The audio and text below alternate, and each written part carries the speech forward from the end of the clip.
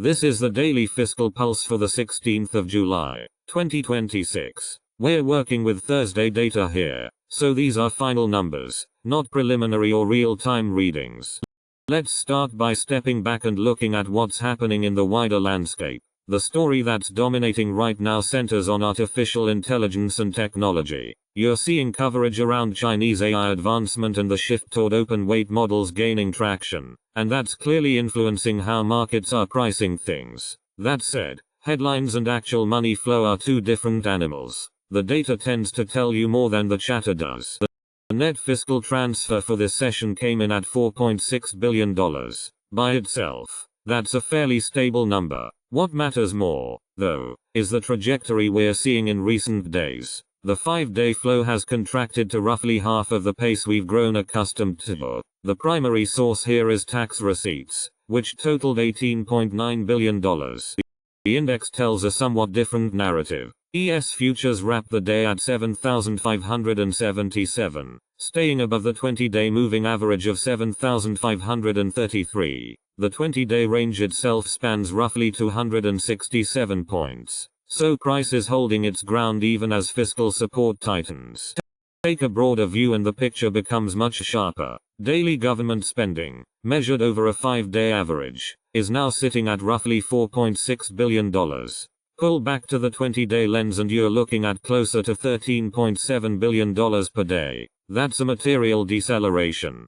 Put plainly, there's less fresh cash entering the system, less money flowing through to households and eventually into equities. That tightening in financial conditions is real.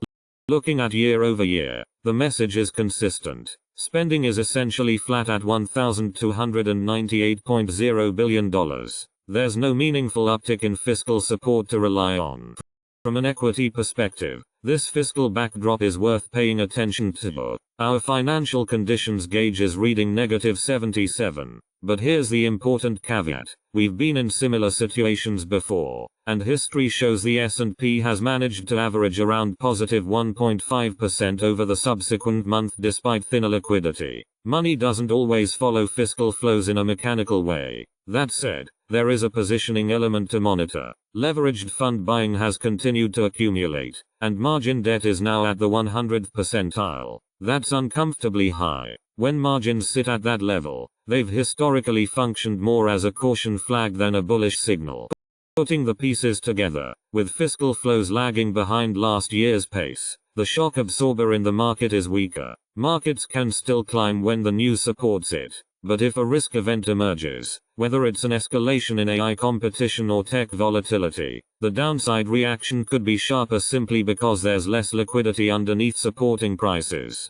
Several scheduled cash flows could alter this dynamic heading forward. The SSA payment cycle on the 22nd of July, which falls on the fourth Wednesday, has the potential to shift near-term flows. Also worth noting, the next significant Treasury interest payment window falls around the 15th of August.